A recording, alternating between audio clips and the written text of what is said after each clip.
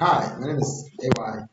I'm an ed tech professional. I train teachers on how to use AI in the classroom and also train students and pupils on how to use AI and other applications. This is the second part of my video where I'll be talking about prompting. In the previous one, I talked about how you can use AI in education, how you can, the differences between a strong prompt and a weak prompt, and some of the things that AI can do and AI cannot do. So in this video, I'm going to be talking about prompting, which is a very, very major skill that you need in this 21st century. You can't do without it. There's nothing you can do without it. It's actually and gradually becoming a reality.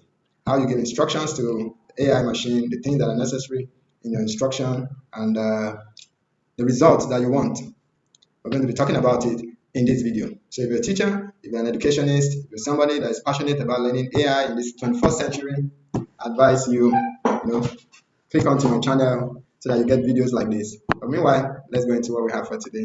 See you in the video. Okay, so welcome to the video on prompting mastery.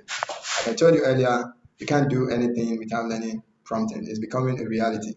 And I can assure you that in this 21st century, this is a skill that everyone should have, irrespective of your field or what you're into. Okay, so prompting mastery, the skill that changes everything for teachers using AI. For you as an educationist to use AI, you must learn prompting. How do you use prompting to get results that will help you in your class delivery, in your academic work? All this we're going to discuss in this particular video. Sorry. Okay, so the first thing here is, what is a prompt?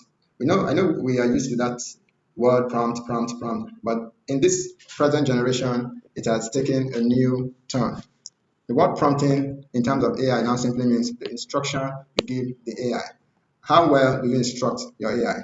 For those of you that were able to watch my previous video, I talked about your AI being an assistant teacher. It's not the main teacher in the classroom, but see it as an assistant that helps you to do all the technical work while you do all other things like class delivery, build relationships with the pupils and the students, and other academic works as well. So what is a prompt? According to what we have here, we said a prompt is simply the instruction you give to an AI. We have two types of prompts. We have a weak prompt and a strong prompt. A weak prompt is that prompt that you give to your AI, that is just basic. And this is what most teachers do. Because when you ask people, oh, do you use AI? They say, yes, I use AI. Now show me how to prompt or what you prompt the AI. You find out it's just a basic use. Whereby it's, oh, give me the meaning of a particular word or give me something to teach on photosynthesis. That is a weak prompt. And like I said here, that most teachers get generic, unusable results because their prompt lack structure. When your prompt is lacking structure, you're going to get a generic result, a result that everyone else can get. So how do we know you are a professional teacher? We know this from the kind of prompt you give. It even gets to a point whereby the machine can understand who is prompting it from the prompts you give. Like, oh, this is a teacher, or this is a professional teacher, or this is just a novice, or this is an engineer trying to know something about this particular discourse, all because of the type of prompt that you give. And the next one is a strong prompt. This particular prompt is very, very rare, and it's a skill that you have to develop. It's not something you get at once. You have to keep on doing it. The more you do it, the more you get better. You can see here it says experts get powerful classroom-ready results because their prompts are detailed and structured. When your prompts are so detailed and structured, you're going to get something exactly or next to what you're looking for. You're going to get a class-ready result from your prompt. But if you have a prompt that is not detailed enough, like I told you in the previous video, that it is better for you to over describe than for you to under describe in your prompt. Okay, so let's try to always look out for how can we give a strong prompt. And that is what this video is going to be all about. Okay, a prompt versus a good prompt. I think I was able to do justice to this in my previous video.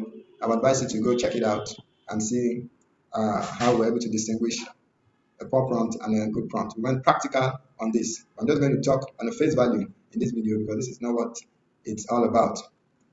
So a poor prompt, the teacher is trying to write a lesson note on fraction, and it says write a lesson note on fraction. There's no level, no teaching style, no example or structure. The machine is going to give you a basic answer because now it doesn't know if you're trying to get a lesson note on fraction for pupils or for students, or for college students, or for graduates. It doesn't have an idea. So it has to give you something that is so generic and may not be relevant to the level you're teaching. Also, there's no teaching style in this prompt. It did not state which style should the machine give you. Should they use simple language? Should they use middle level diction? Should they use advanced level diction? Or maybe your class is more of students that are fast learners, or those that are average learners, or those that are slow learners. There's no teaching style. So the machine is going to skip this. And also, AI always likes you to give it examples. When you're giving it a prompt, you give it examples on how you want that particular instruction to be.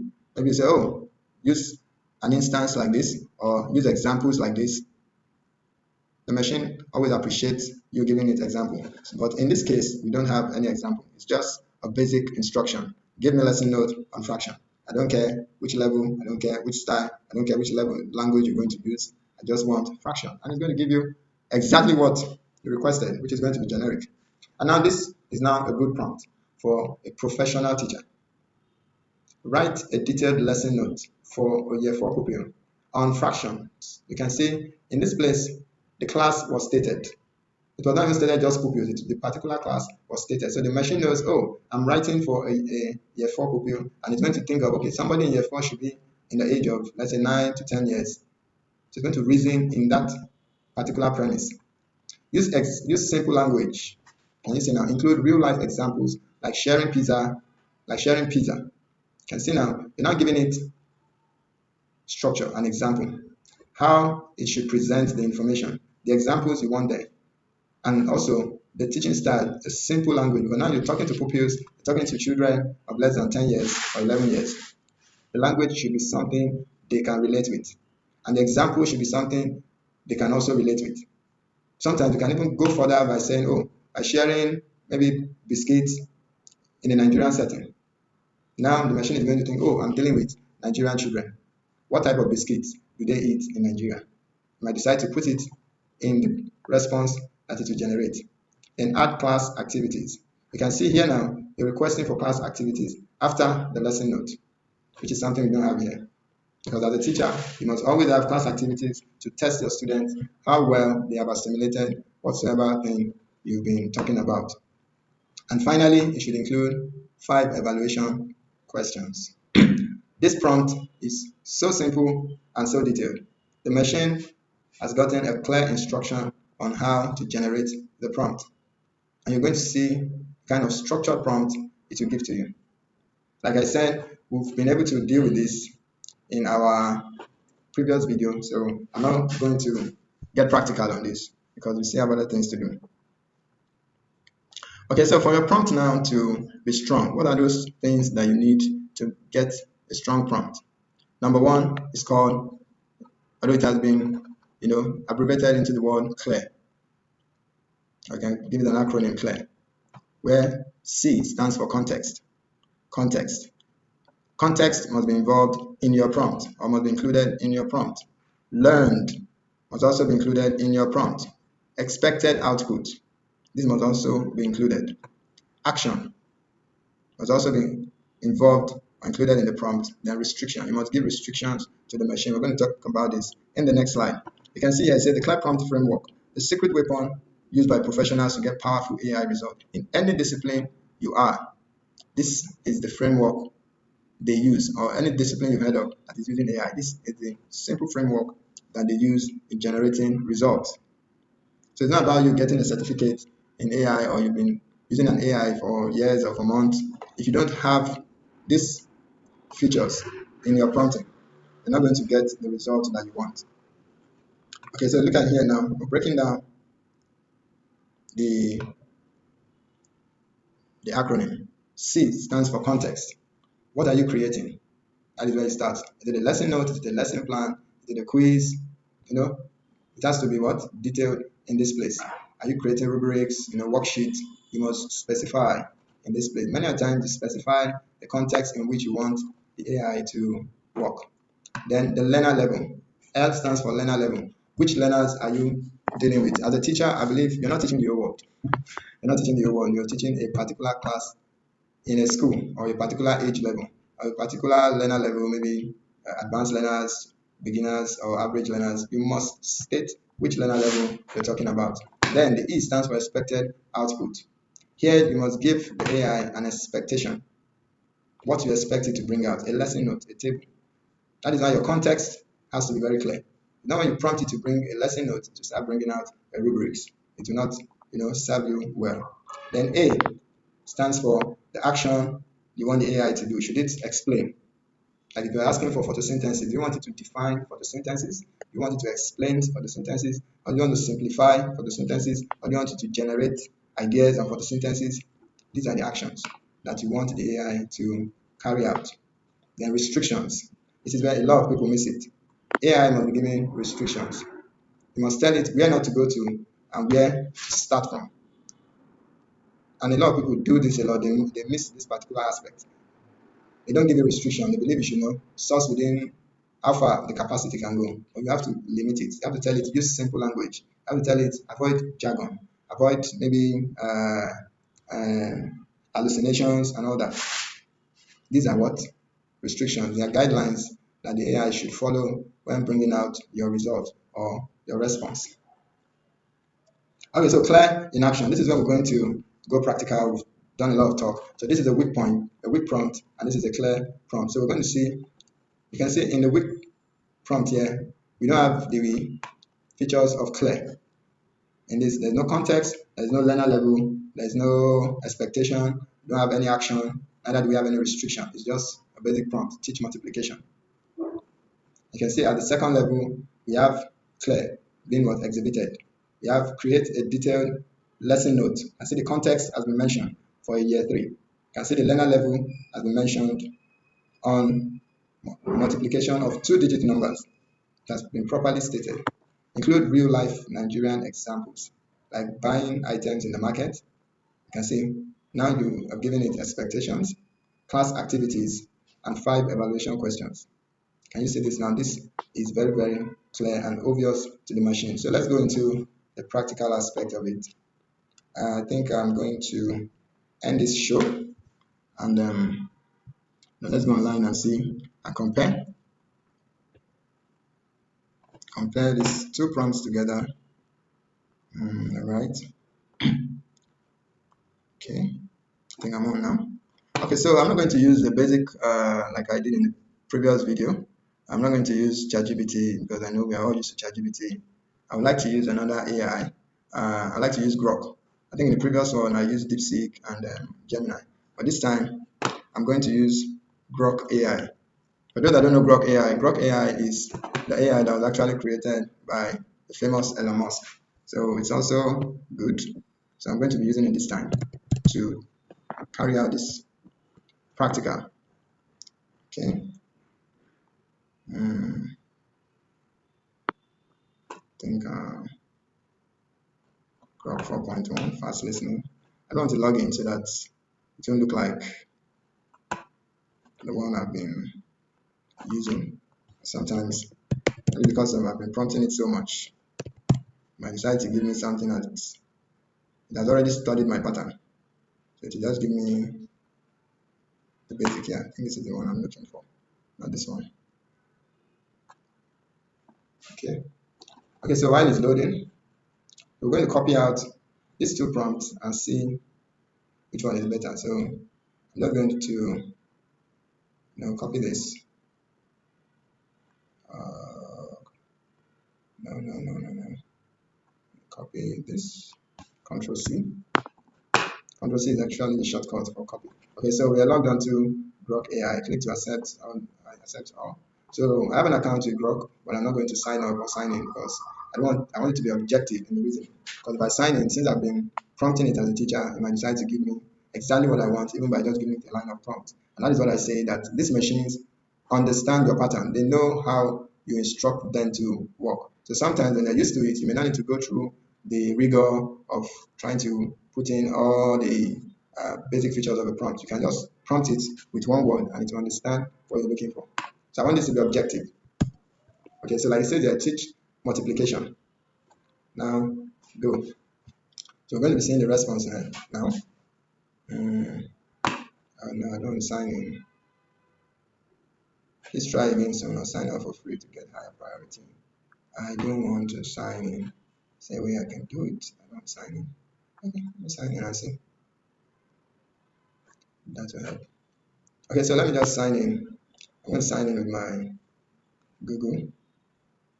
I'll try and see if I can use, I think I don't have this account with them, so I'm going to use this account. Then continue. Okay, so this is like an account I've not used before.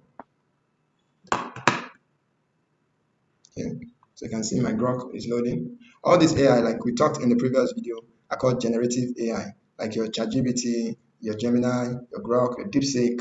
There's so many of them. They are generative AIs. They belong to a category of AIs that we call the artificial narrow intelligence. Okay, so now I'm going to put it control V, teach multiplication. This means this. Okay, so you can see it's going to give you, can you see, thought for 3 seconds. Multiplication is one of the most useful math skill you will ever learn. It is simply repeated addition. The basic idea, 3 times 4 means 3 added together 4 times. 3 plus 3 plus 3 plus 3 equals to 12. Can you see this is a basic, a generic prompt, a generic response. Anybody can use this, maybe secondary, even university, even somebody that is a novice can use it. The X symbol is read as times or multiplied by the, so 3 times 4 is 3 times 4 and equals to 12. You can see this is very, very basic. Learning the multiplication tables. You can see this because you didn't put any year, you didn't put any class, you didn't put any, you didn't even tell if you are a teacher or there's no context. So you can see the answer is very, very basic. Key properties. How to multiply bigger numbers. Can you see it step by step? Practice problem. Can you see real world uses?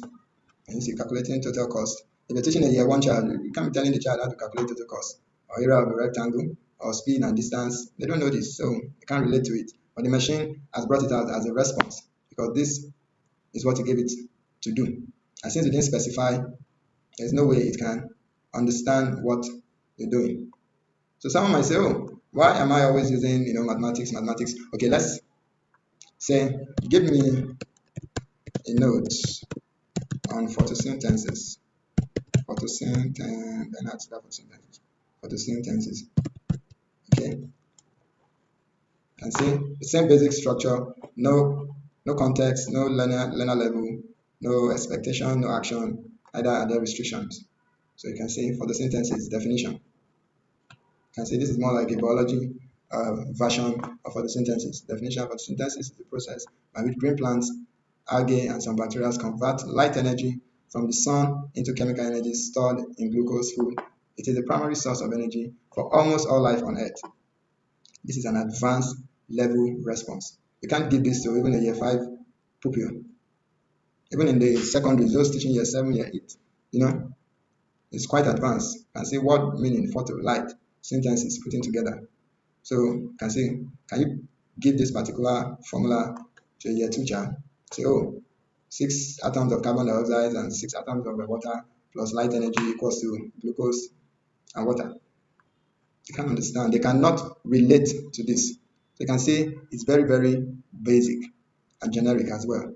So anybody can use this one, especially advanced learning factors affecting photosynthesis. So your prompting depends on, your response depends on your prompting. If your prompting is not clear, your response will be very, very vague. There are no restrictions. But let's go back to this other one now. A well-structured prompt that has all features of the framework we're talking about, and we'll put it inside. Okay, so I'm going to pick a new chart to avoid jumbling things together. I'm not ready to upgrade yet. So once I just paste it, so now you can see create a detailed note for year 3 on multiplication of 2-digit numbers. Include real-life Nigerian example. Now the machine knows that I'm talking about Nigeria, which is an African country, like buying items in the market, class activities, and evaluation questions. Use very simple language. This is a restriction. I've already told it, don't use high-level language. Use what? A low-level diction. So once you click in, I'm going to see, okay, can you see now? Now it knows you're a teacher and you're trying to generate a lesson note. You can see the context here. Lesson notes, multiplication of two-digit number. Class, year 3. Primary 3, or also known as primary 3 in the Nigerian context. Can you see? 45 to 60 minutes. Now it's even generating a Nigerian style of lesson note for you. Because you know that for Nigeria, our things are a little bit different. How to multiply two-digit numbers. Learning objective. Can see it's now giving you in a teacher style. Multiply a two-digit number by a one-digit number.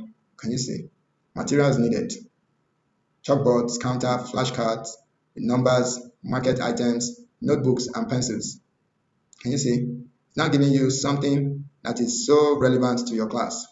Step 1, introduction, 5 to 10 minutes. It's even giving you the time frame for your presentation. Class, good morning. Today we are learning something very useful. If you can remember this from our previous video, for those that have not watched the previous video, I would advise you go back and watch it. You see that this prompting, this response is now similar because now the machine knows it's a teacher that is prompting it. So when you give clear prompting to any AI, you're going to see the response will be very, very clear, irrespective.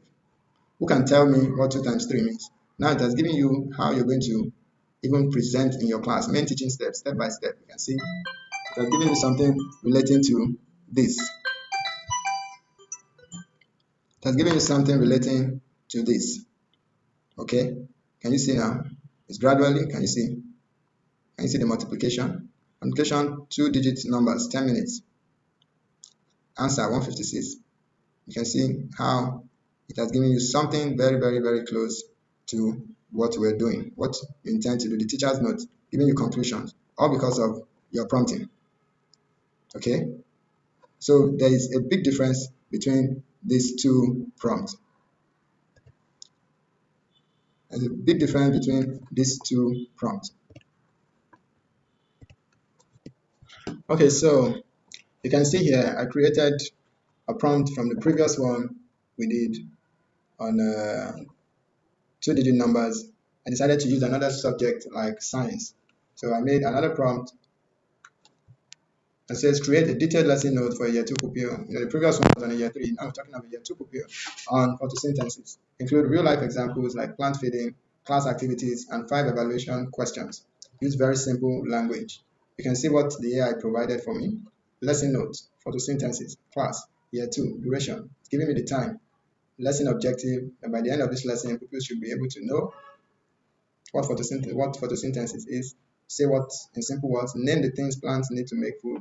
These are teacher type of prompting. This is how a lesson note looks like. You can see, for those of us that are aspiring into teaching, you can see materials needed. So it's breaking it down to the level of a year 2 because it knows a year 2 pupil should be within the ages of 6 to 7 years old. So you can see materials needed, and it starts with how am I going to introduce this topic to these children. You can see the idea, boys and girls, do you eat food every day? Surely they will say yes. We eat rice, beans, yam, fruit. It's now even mentioning it using a Nigerian scenario by mentioning the basic food we eat in Nigeria. But what about plants? Do plants go to the market to buy food? You can see gradually you're bringing them into that level of curiosity. Surely they will answer you no. Plants make their own food. Today we'll learn how they do it. The big word is photosynthesis. Can you see how you dropped the topic on the children? It's not like the previous one that just went straight to photosynthesis and start telling you the things you need to know about photosynthesis and all that. This one broke it down one after the other. In the real life, it said we should show a green plant. Look at this plant. It stands in the sun every day. It does not cry for food like we do. It makes its own food inside its leaves. Can you see? So as a teacher, it's giving you the idea on how to present your lesson. When you go into the class with a well-rehearsed lesson and prepared notes like this, you're going to wow your pupils. You're going to enjoy your class so much. Because one thing about teaching is that you must start with inquisition. The students must be inquisitive. They must have the eagerness to know what, why, what is going to happen. So you can see main teaching, how plants make their food. It comes to the level of sunlight, water, air, green color, which is the chlorophyll. What happens is gradually breaking it down for them. Simple sentences for pupils to repeat. Here it gives a declaration for every child to hold on to. You can see here we have plants use sunlight, water, and air to make their own food and leaves. Real life examples of plant feeding. can see a mango tree uses photosynthesis, grass in the field. When you water a flower every morning and put it in sunlight, it grows bigger and makes more flowers. Children relate to this. You can't compare it to this particular one where it only talks about, you can see types C3, C4. Your two child cannot relate to all this. Cannot relate to overall chemical, carbon dioxide mixed with water under light energy to give you glucose and oxygen. They are not ready for this kind of stuff. So they will relate more with this. At the end of the day, it gives evaluation questions that helps them to reflect on what they've learned. Can you see? And even gives them homework. This is what a well-prompted AI gives.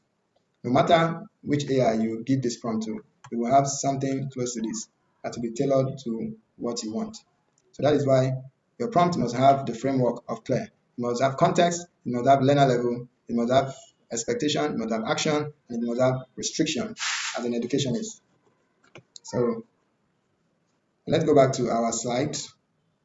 Go back to our slide. Okay, so here we're talking about tools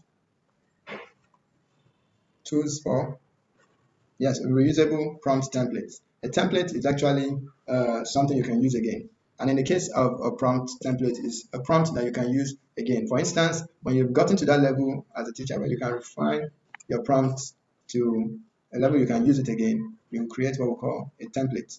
And these are examples of a template for maybe a lesson plan, maybe a lesson notes, or even a classroom activity. Let's take an example of this classroom activity and see how it works. Okay, so I'm going to copy it now, Control C, and I will put it in a new chat. Okay, just paste, Control V. And so generate 5 engaging activities for teaching. You can say topic, you're going to put, as I'll call it, a template. You can use it across board. You can decide to put any topic of your choice. Maybe let's talk about fractions. I like using numeracy because it's so easy. And the class, let's say you're teaching a year 5 fraction. So you want to generate engaging activities. This is not a lesson note. Now you're trying to get ideas on activities that you can use to buttress your lesson. So that is why we say context is very, very key. You must mention the context in which you want the AI to perform. Okay, so I'm going to show you now. Can you see? Now it's saying here are 5 engaging low-cost and practical activities for teaching fraction to a year 5 pupil, ages 9 to 10. You notice the age that you're talking about in a Nigerian classroom. They use locally available materials, require minimal preparation, and connect everyday Nigerian life. Can you see market fraction shopping, real-life fraction of quantities? Here, the materials are empty sachets, small stones, beans, rice, as money, pieces of paper for price tags. It's mentioning things that can be found in the Nigerian environment. Then how to do it. How do you make it fun in your class? You can see here it said how to play. So you set up a mini market in the classroom with 4 to 5 stalls. Pupils get a shopping list each, e.g., buy half bag of rice, half dozen of eggs, buy. This is a very simple way to drive your lesson. Your pupils will be falling over each other just to participate in this class. Why it works? It said it connects directly to Nigerian market culture and it's great for fraction of quantities and equivalent. Another idea is you can fraction akara or puff-puff, sharing, division, and fraction of a set. You can see how it's making numeracy to be fun. Majority of us are not good in mathematics because of the way the teachers that taught us were not interesting.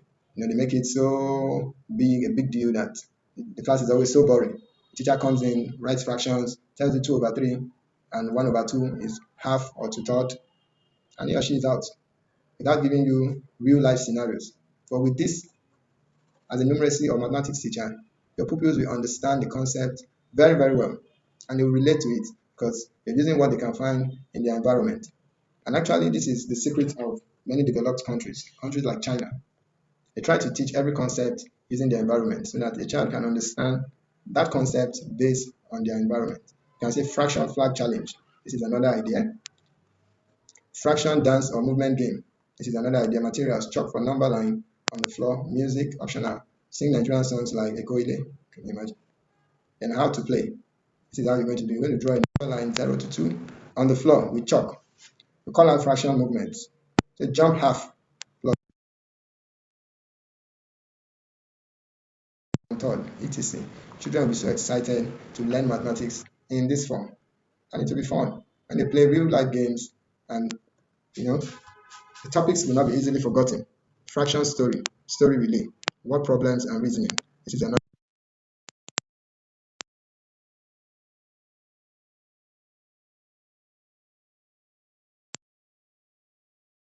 that templates. Said earlier, in my consequent videos I'll be dropping templates that you can use, you know, in your daily classroom experiences to help you generate, classroom ready results. For those of us that are interested and those of us that want to learn it on our own, going through my videos will help you to generate it by yourself. One thing you should know about prompting is you have to practice it. It's like mathematics. When you write the first one, it doesn't again, refining your prompt for it until you get what you're looking for. Then you can now craft it into a prompt template that you can use across board and even share with your colleagues, just like I'll be sharing on my platform. So that's why I advise you to subscribe to this channel so that you'll be getting updates. Because AI involves you updating whatsoever thing you're being taught. You don't say, oh, I've learned it yesterday. I don't need to learn it today. You need to learn it today because new ideas, new styles, new machines have been discovered and created. That is why you need to be up to date. Because if you're not up to date, you'll be outdated. Okay, so tools for prompting. We have several tools for prompting. This particular one is the one we know so much, ChatGPT. These are for generating lessons, quizzes, notes, and all that. You can also generate quizzes, assessments that your pupils can use to refresh their minds on a particular topic or concept. We have Canva. Canva supports you with visual images, pictures, videos, and so on. Then Kahoot. This is also used to build interactive quizzes like fun games. I've seen children use it in coding classes and all that. We have so many more of them, and I'm going to be teaching us how to use each of these educational AIs to help us in the classroom. So a pro tip here, I have a pro tip, and I always leave for my teachers. It says always over explain. Like I said earlier, never ever under explain. It is better for you to over describe than for you to under describe. Look at an example here. The bad prompt says make it simple, while the better one says use simple language suited for 8 to 9 years old pupils. Avoid difficult words and give examples they can relate to, like food, school, or family. I believe we can sense the clear framework here. There's a clear framework here. We have context, we have learner level, we have expectation, we have action, and we have restriction. So the AI knows what it is doing. It says the more detail you give your AI, the more useful and classroom ready the prompt will be. Imagine if even if you have a differentiated classroom where you have some special learners, you have some advanced learners, you have some average learners, you can still prompt the machine to write a lesson note that will suit all three learners. And like I told you, we're still going to be talking about this in one of my consequent videos on how to create a prompt that will generate a lesson note for you and will cut across all kinds of learners in your class. Because many times as teachers, we focus on the advanced learners, those that learn very fast. And once we're done with them, we need the others without bringing others along. So I'm going to teach us how to write a prompt that will generate a note that will explain everything according to the level of understanding. Okay, practice time. Yeah, this is a time for us to reflect on what we've taught or what we've learned. You can try this on your own. You can write a clear prompt for teaching subtraction to year 2, or maybe your own subject, a science teacher, an introductory technology teacher, whichever one, a coding teacher. You can put your own subject or topic here and see what will happen. Then what does the L in clear stand for? We still remember this, right? And why is a detailed prompt better than a short one? I've told us the reason why. I believe you can still go back to the video and check it out. You can rewind the video and see where I talked about it. And which part of Clear tells AI how the answer should look? This is also in the video. So try this, go through it. It's just a way for you to reflect on what you've learned while we meet again in another video to talk about another important topic. So please don't forget to like my video, to subscribe, share it with other teachers that you know. Somebody might learn something new that might upscale his or her work style or maybe delivering class. Okay, that's all. So I'll see you again in another video. Hello guys, I hope I've been able to do some justice to a topic on prompting. I believe we've learned one or two things about prompting. Like I told you, we're going to be delving deep into this topic. And as you know, it's a 21st century skill that everyone should master, including teachers, educators, freelancers, whatever thing you're doing. You cannot remove AI. So keep subscribing, keep watching. I'm going to be dropping so many content. If you're interested, maybe I have my WhatsApp handle for you to give me your number. I'm going to add you up to my group where I'll be notifying you on the new videos that I'm putting out. So don't forget, I still remain your guy, AY, teaching you how to prompt with AI. Bye. See ya.